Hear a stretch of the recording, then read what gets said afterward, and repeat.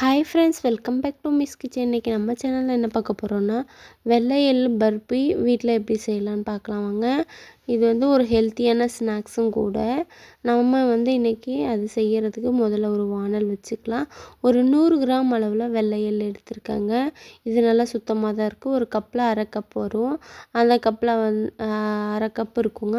இந்த எள்ளை நல்லா கைவிடாமல் பொன்னிறமாகிற வரைக்கும் நல்லா வறுத்து எடுத்துக்கணுங்க. கருக விட்டுறக்கூடாது.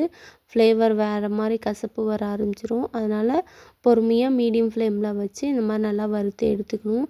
இது என்ன பதம்னா, வாயில் போட்டால் ஒரு மாதிரி முறுமுறுப்பாக இருக்கும். அதுதாங்க பதம். இந்த மாதிரி நல்லா ரொம்பவும் கலர் மாற விட்டுறக்கூடாது. லைட்டாக பொன்னிறமானா போதும். பாருங்கள், இது ரெடி ஆயிடுச்சு. இந்த டைமில் இதை ஒரு பிளேட்டில் கொட்டி ஆற வச்சுக்கலாம். இப்போ பாகு காய்ச்சிக்கலாங்க. நம்ம எந்த கப்பில் எள்ளு எடுத்தோமோ அதே கப்பில் அரை கப் அளவுக்கு ஈக்குவல் குவான்டிட்டி தான் வெல்லத்தை ஃபஸ்ட்டு ஒரு பாத்திரத்தில் சேர்த்து லைட்டாக கரைஞ்சதும் நம்ம அதை வடிகட்டி எடுத்துக்கலாம். ஏன்னா வெல்லத்தில் டஸ்ட்லாம் இருக்கும், அதுக்காக தான். இப்போ இந்த பாகு ரெடி ஆகிட்டுருக்கட்டும். இந்த டைமில் பார்த்திங்கன்னா ஒரு பிளேட்டில் நெய் தடவி ஒரு ஓரமாக வச்சிடலாங்க. ஏன்னா பிளேட்டில் தான் நம்ம போட்டு கட் பண்ண பீசஸ் போட போகிறோம். அதனால தான். இப்போ பாகு ரெடி ஆகிட்டுருக்குது. நல்லா இந்த மாதிரி கொதித்து வந்துட்டே இருக்கணும். நீங்களும் சைடில் இந்த மாதிரிலாம் கிளறி விட்டுட்டு சைடில் அந்த வெள்ளம்லாம் இருக்கும் இல்லைங்களா, அதையெல்லாம் சுரண்டி சுரண்டி விடுங்க. பாருங்கள், இப்போ இன்னும் பாகு ரெடி ஆகலை. பாகு ரெடி ஆகிற பதம் என்னென்னு பார்த்தீங்கன்னா, நம்ம எடுத்து தண்ணியில் போடும்போது நல்லா கட்டியாக இருக்கணும், மொறுமொறுன்னு இருக்கணும். அதுதான் கரெக்டான கன்சிஸ்டன்சி. இப்போ பாருங்கள், இப்போ எடுத்து பார்த்திங்கன்னா ரொம்ப கெட்டியாக இருக்கும்.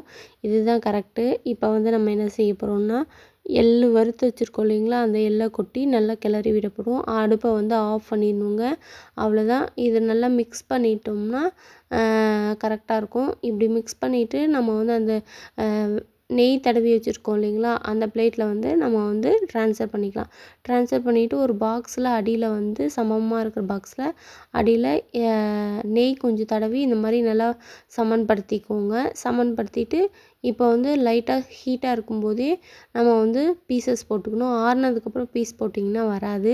அந்த சூட்லேயே பீஸ் போட்டு வச்சிட்டிங்கன்னா அவ்வளோதாங்க, வெள்ளை எள்ளு பர்பி ரெடி. இது குழந்தைங்களுக்கு ஹெல்த்தியானதும் கூட. ஸ்நாக்ஸுக்கு ரொம்ப டேஸ்ட்டாக இருக்கும். வீட்டிலேருந்தே செஞ்சு கொடுக்கலாம். ஹெல்த்தியானதும் கூட. தேங்க்ஸ் ஃபார் வாட்சிங். இந்த வீடியோ பிடிச்சிருந்தா லைக் பண்ணுங்கள், ஷேர் பண்ணுங்கள், கமெண்ட் பண்ணுங்கள்.